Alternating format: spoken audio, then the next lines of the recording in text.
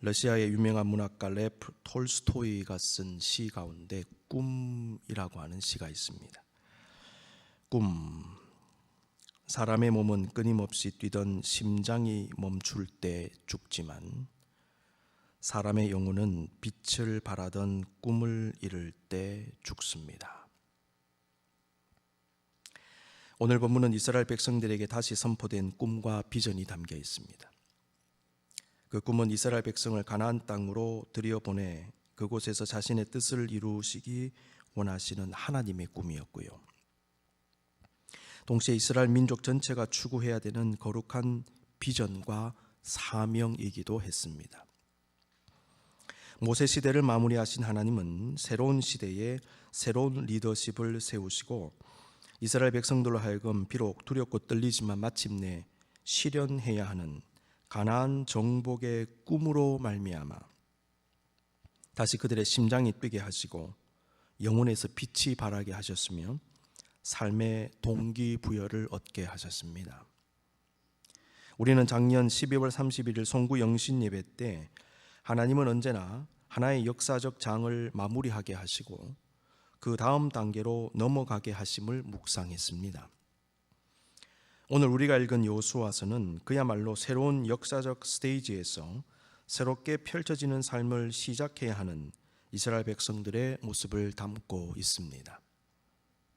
이스라엘은 40년 동안에 힘겨웠지만은 하나님의 놀라운 역사하심의 연속이었던 그 광야의 삶을 마무리하고 하나님께서 약속하신 땅, 정복해야 하는 땅, 그리고 하나님의 뜻을 이루어야 하는 가나안 땅으로 넘어가야 했습니다. 교회 창립 50주년을 맞이한 우리 교회에 올해 초부터 무슨 말씀을 전할지 하나님의 인도를 구하는 중에 여호수아서를 함께 묵상하게 하시는 주님의 이끄심을 느낄 수 있었습니다. 우리 교회는 세워진 지 50년이 되는 해를 보내면서 보다 새롭고 보다 성숙한 새로운 역사적 장으로 넘어가는 상황에 있다라고 판단이 됩니다. 한인 이민 초창기라고 할 수 있는 1973년에 한국인들이 극히 드물었던 이 커네티컷 땅에 우리 교회를 세워주시고 수많은 어려움 가운데 오늘의 모습으로 부흥성장하게 하신 하나님은 우리 교회가 더 강하고 신실한 믿음으로 일어서서 주께서 기뻐 받으시는 참된 예배를 드리며 하나님께서 우리에게 부여하실 더 많은 사명을 가지고 더 넓은 사역의 장으로 뻗어나가 주님의 뜻을 이루는 교회가 되기를 원하신다고 저는 믿습니다. 이런 의미에서 우리 교회는 40년 동안 광야에서 훈련받고 성숙되어진 이스라엘 백성들이 가나안을 정복했듯이 우리의 영적 가나안을 정복해야 할 때를 맞이했다라고 생각합니다. 여기서 말하는 정복은 부정적인 개념이 아니라 마귀의 권세를 무너뜨리고 하나님의 뜻과 사명을 감당하며 세상과 사람들을 살리고 회복시키는 의미, 영적 승리의 의미입니다. 이러한 영적 비전을 가슴에 품고 일정 기간 여호수아서를 함께 묵상하기를 원합니다. 여호수아서는 크게 두 부분으로 나눌 수가 있겠습니다. 1장에서 12장까지는 가나안 정복 전쟁의 과정을 담고 있고요. 13장에서 24장은 땅의 분배와 정착에 관한 내용입니다. 오늘 본문 여호수아 1장 1절에서 9절은 가나안 정복 전쟁을 눈앞에 둔 여호수아에게 주시는 하나님의 말씀입니다. 오늘 본문을 통해서 우리에게 주시는 주님의 메시지가 무엇일까요? 첫째로 새로운 시대, 새로운 리더십, 새로운 사명입니다. 여호수아서는 모세가 죽었다는 표현 외에는 그 어떤 상황에 대한 설명도 없이 하나님께서 여호수아에게 주신 말씀을 단도직입적으로 바로 말씀하십니다. 1절에서 4절 여호와의 종 모세가 죽은 후에 여호와께서 모세의 수종자 눈의 아들 여호수아에게 말씀하여 이르시되, 바로 나오죠. 내 종 모세가 죽었으니 이제는 이 모든 백성과 더불어 일어나 이 요단을 건너 내가 그들 곧 이스라엘 자손에게 주는 그 땅으로 가라. 내가 모세에게 말한 바와 같이 너희 발바닥으로 밟는 곳은 모두 내가 너희에게 주었노니 곧 광야와 이 레바논에서부터 큰 강 곧 유브라데 강까지 해 쪽석의 온 땅과 또 해 지는 쪽 대해까지 너희의 영토가 되리라. 여러분, 우리가 새로운 하나님의 역사에 대한 인식을 좀 가져야 되는 것이죠. 그 부분 한번 묵상합니다. 먼저요. 모세가 죽었다는 표현은 1절에도 등장하며 2절에서도 하나님께서 직접 언급하십니다. 모세가 죽었다는 사실이 반복적으로 나오는 것은 이제 한 시대가 끝났고 새로운 시대가 시작되었다는 것을 강조하는 것으로 보입니다. 하나님은 여호수아에게 모세가 죽었음을 말씀하시면서 여호수아가 걸어가야 할 새로운 삶의 길을 보여주셨습니다. 이제 네가 본격적으로 나서야 된다. 너의 시대가 밝았다. 모세는 죽었다. 그거죠. 여러분, 역사는 하나님이 친히 이끌어 가십니다. 하나님은 언제나 새로운 역사가 펼쳐지게 하시는 겁니다. 그러므로 시간과 역사 속에 살아가는 우리는 주님께서 이끌어 가시는 이 역사에 대한 인식을 가져야 합니다. 그리고 그 인식 속에서 나의 정체성과 위치와 사명과 나아가야 할 길을 점검해야 되는 것이죠. 역사 인식, 나의 사명. 이런 사람은 빠른 시간 속에 그냥 멍하니 세월을 보내지 않습니다. 시간에 대한 인식이 있는 사람, 역사에 대한 인식이 있는 사람은요, 세월 그냥 보내지 않습니다. 때때로 반복된 일상이 우리를 무덤덤하게 할 수 있습니다. 우리는 늘 똑같은 일상 속에 내가 삶을 사는 게 아니라 그냥 생존하는 수준으로 전락될 수도 있음을 여러분 조심하십시오. 그냥 밥 먹고 사는 거 그 생존이죠. 근데 삶을 살아야 된다는 거죠. 이러한 때 필요한 것이 언제나 다음 스테이지로 넘어가는 역사와 시간에 대한 인식과 함께 주께서 주시는 새로운 비전과 삶의 목표를 발견하는 겁니다. 세월을 생각 없이 그냥 보내지 마십시다. 우리는 언제나 새로운 때를 살고 있습니다. 우리가 기억할 것은 하나님은 그 누구도 아닌 여호수아에게 맞는 비전을 주셨다는 겁니다. 하나님은 우리에게도 나를 향한 나에게 맞는 비전을 주십니다. 사회문화평론가 김민섭이라는 분이 쓴 자녀의 인생을 설계하는 방법이라는 글이 있습니다.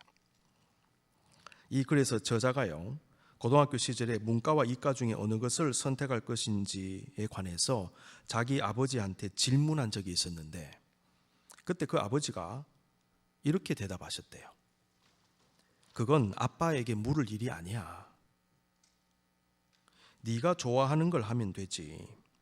너의 삶은 네가 사는 거잖아. 그렇게 대답하시더라는 거예요.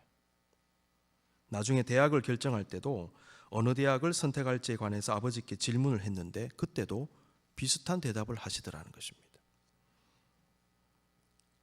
자신의 아버지는 자기 자식이 좋아하는 것을 하게 했고 자식의 인생길을 본인이 선택하게 했다는 겁니다.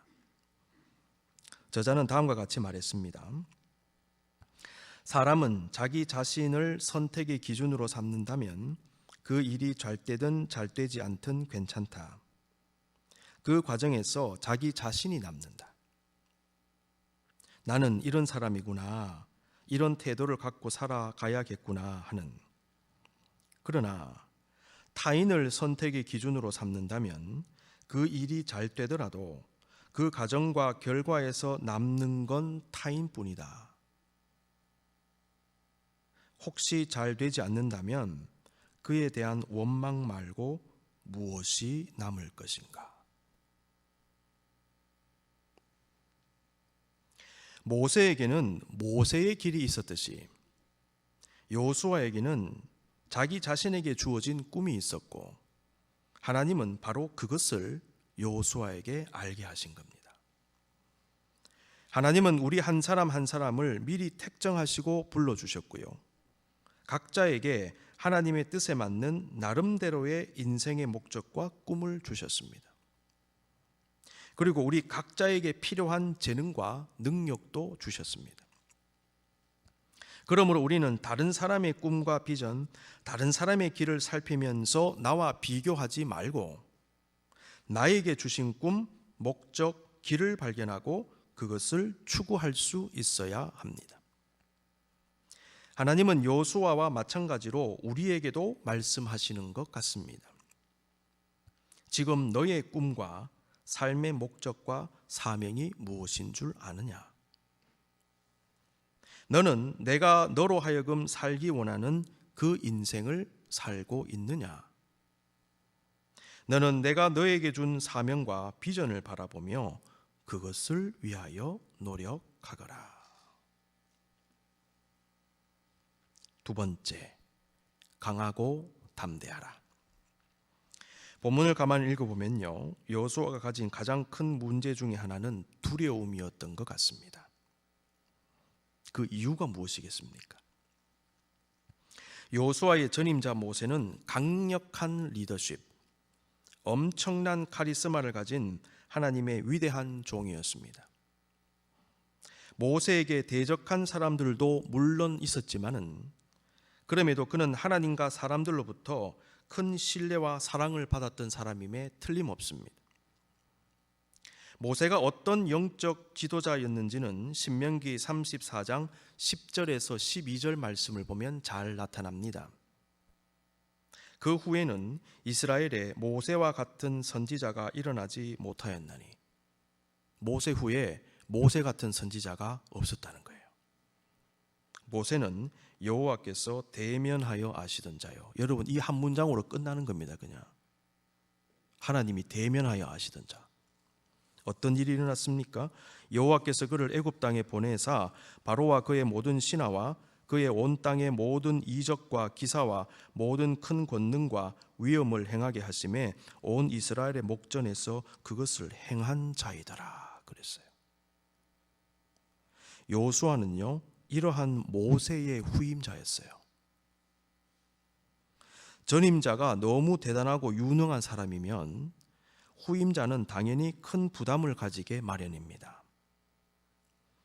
여호수아는 모세와 같은 강력한 카리스마와 능력을 나타낼 자신이 없다고 스스로 생각하고 있었는지도 모르겠습니다.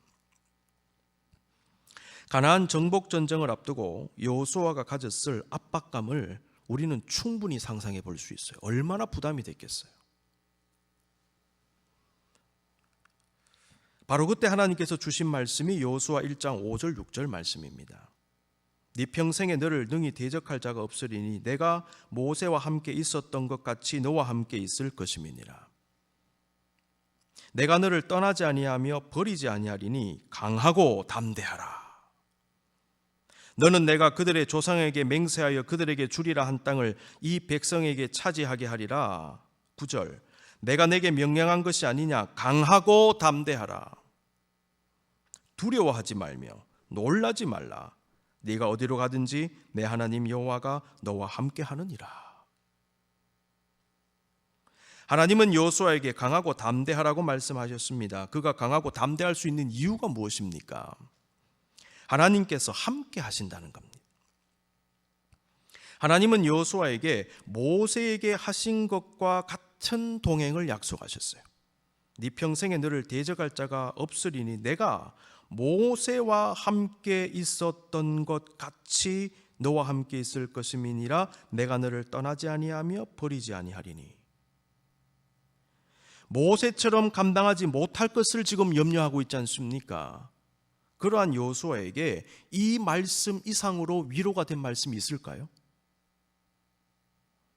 여호수아가 모세보다 능력도 부족하고 경험도 부족하고 여러 면에서 너무나 모자람에도 불구하고 모세의 리더십을 이어받아 이스라엘 백성을 이끌어갈 자신감을 얻게 된 이유는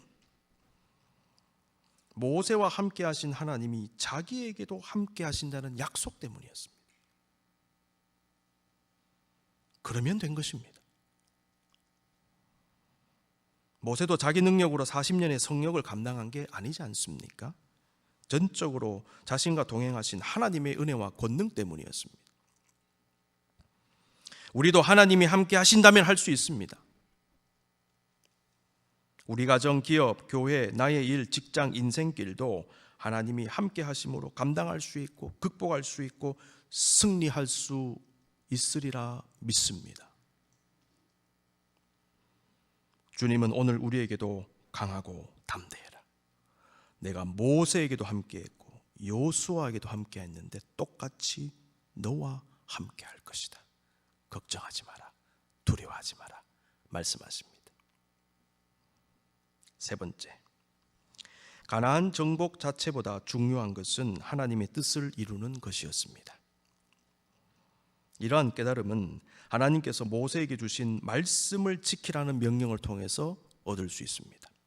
7절 8절 오직 강하고 극히 담대하여 나의 종 모세가 내게 명령한 그 율법을 다 지켜 행하고 우로나 좌로나 치우치지 말라. 그리하면 어디로 가든지 형통하리니 이 율법책을 내 입에서 떠나지 말게 하며 주야로 그것을 묵상하여 그 안에 기록된 대로 다 지켜 행하라. 그리하면 내 길이 평탄하게 될 것이며 네가 형통하리라.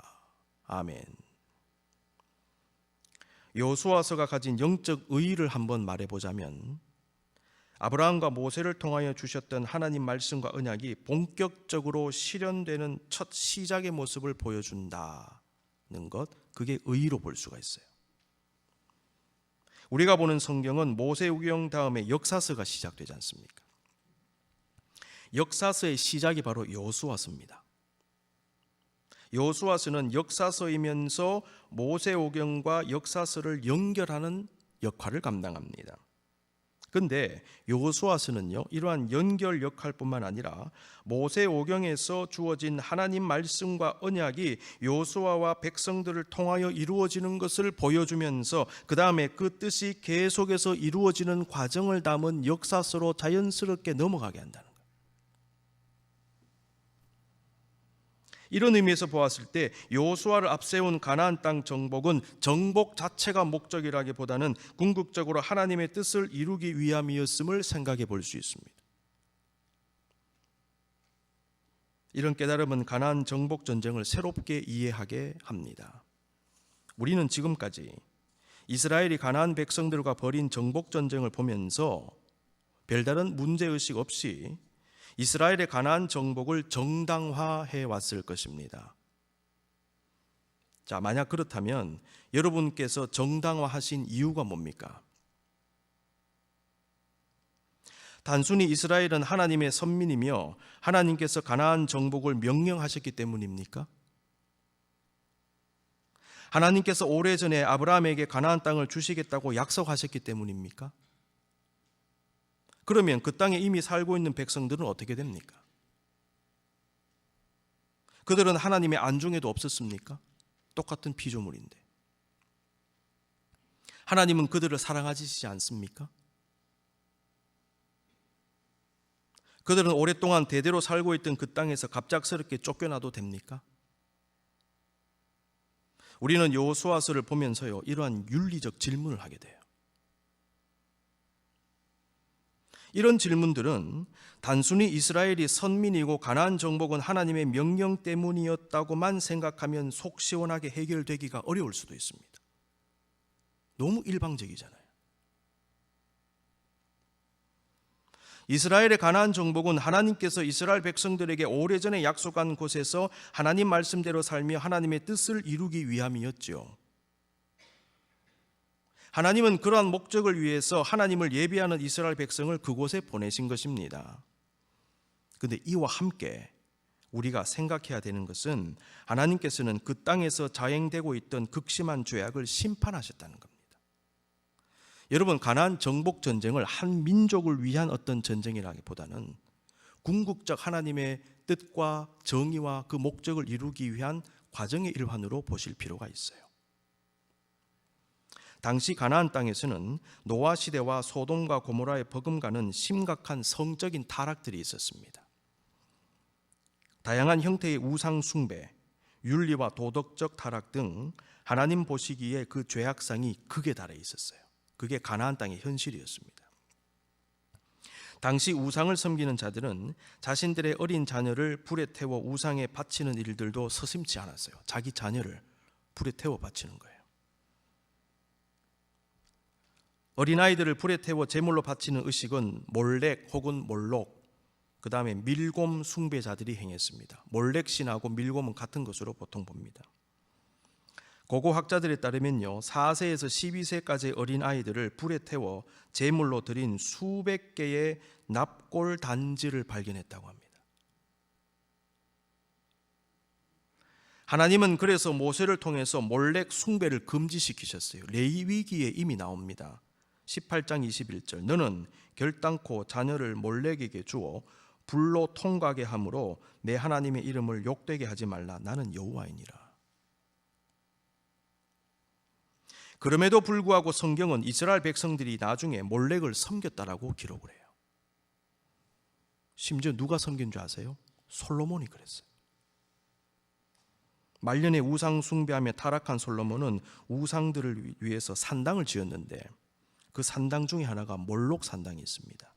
왕상 11장 6절 7절, 솔로몬이 여호와의 눈앞에 악을 행하여 그의 아버지 다윗이 여호와를 온전히 따름같이 따르지 아니하고 모압에 가정한 그 모스를 위하여 예루살렘 앞 산에 산당을 지었고 또 암몬의 자손에 가정한 몰록을 위하여 그와 같이 하였으며.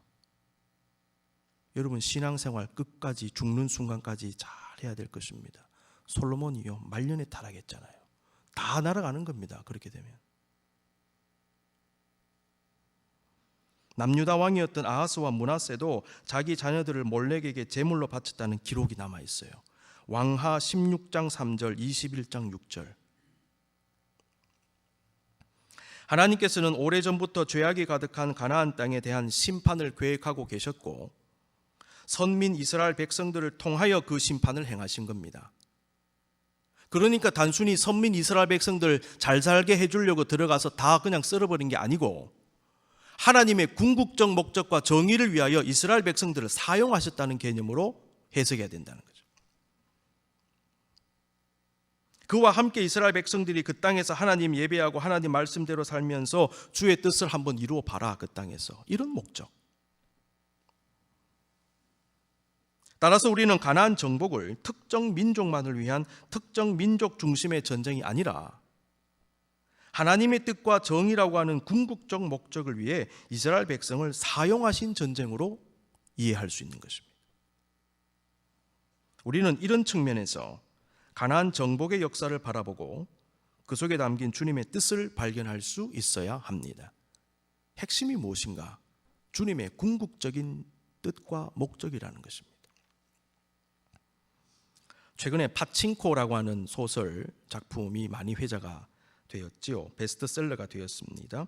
이 작품을 쓴 분이 우리 한국 사람입니다. 한국계 미국인 이민진 씨이지요. 이분이 한인 디아스포라 시리즈를 작업을 하는데 그 첫 번째 작품 백만장자를 위한 공짜 음식, 그 다음에 두 번째 작품이 파친코예요.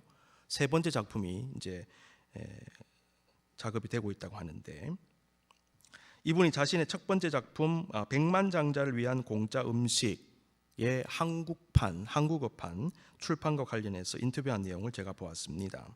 여러 내용이 있는데요. 이민진 씨는 제임스 볼드윈이라고 하는 작가의 소설에 나오는 말을 인용을 합니다. 우리의 왕관값은 다 지불되었다. 그것을 그냥 쓰기만 하면 된다. 이 말을 인용을 하면서 이민진 씨가 다음과 같이 말했습니다. 우리의 탤런트는 이미 다 지불되었습니다.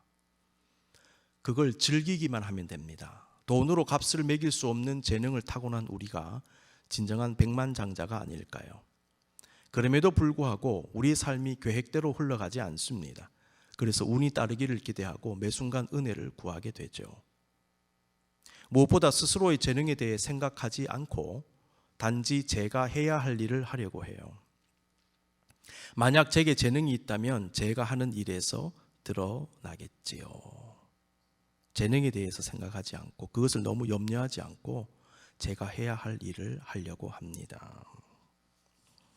이민진 씨가 쓴 이 파친코라는 작품이요, 무려 26년이 걸려서 나온 작품입니다. 그 정도로 공을 들이고 썼다가 지우고 썼다가 지우고 그래서 베스트셀러가 됐죠. 백만장자를 위한 공짜 음식 번역돼서 나왔는데 11년 걸렸대요. 이 작품 나오는데. 제자는 말합니다. 저는 제가 똑똑한 사람이 아니라는 걸 알고 있어요. 하지만 저는 버틸 수 있는 힘을 가진 사람입니다. 새로운 시대에 새로운 지도자로 세움을 받은 여호수아에게 하나님께서 하신 말씀이 무엇인가? 주님의 뜻을 이루라는 것이었습니다.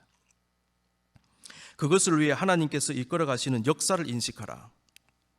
두려워하지 말고 강하고 담대하라는 말씀을 주셨습니다. 모세보다 능력이 없고 카리스마도 없고 경험도 없다고 열등감 가지지 말고, 수많은 백성을 이끌어야 한다는 부담감에 짓눌리지 말고, 아울러 눈에 보기에 너무나 강한 가나안 족속들을 생각하며 주눅들지 말고 네가 해야 할 일을 해라.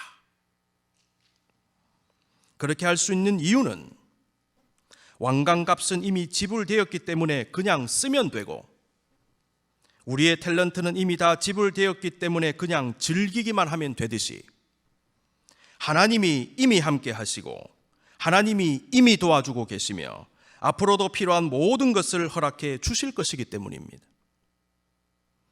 그렇습니다. 우리 역시 우리가 당면에 있는 힘든 상황, 형편, 수많은 문제들, 부족하게 느껴지는 나의 재능과 능력 등을 생각하며 염려하고 위축되며 두려워하지 말고 내가 해야 할 일을 하면 될 것입니다. 하나님은 이미 우리에게 많은 것을 주셨습니다. 우리는 그것을 누리고 즐기고 그것을 가지고 열심히 살면 됩니다. 그리고 하나님의 궁극적 목적을 위해 달려가야 할 것입니다. 내가 모세와 함께 있었던 것 같이 너와 함께 있을 것임이니라. 강하고 담대하라. 너는 내가 그들의 조상에게 맹세하여 그들에게 주리라 한 땅을 이 백성에게 차지하게 하리라. 오늘 우리에게 주시는 주님 말씀 붙잡고 올 한 해를, 그리고 우리의 남은 인생을 주님과 함께 승리하시는 여러분의 믿음의 삶이 되시기를 간절히 기원합니다.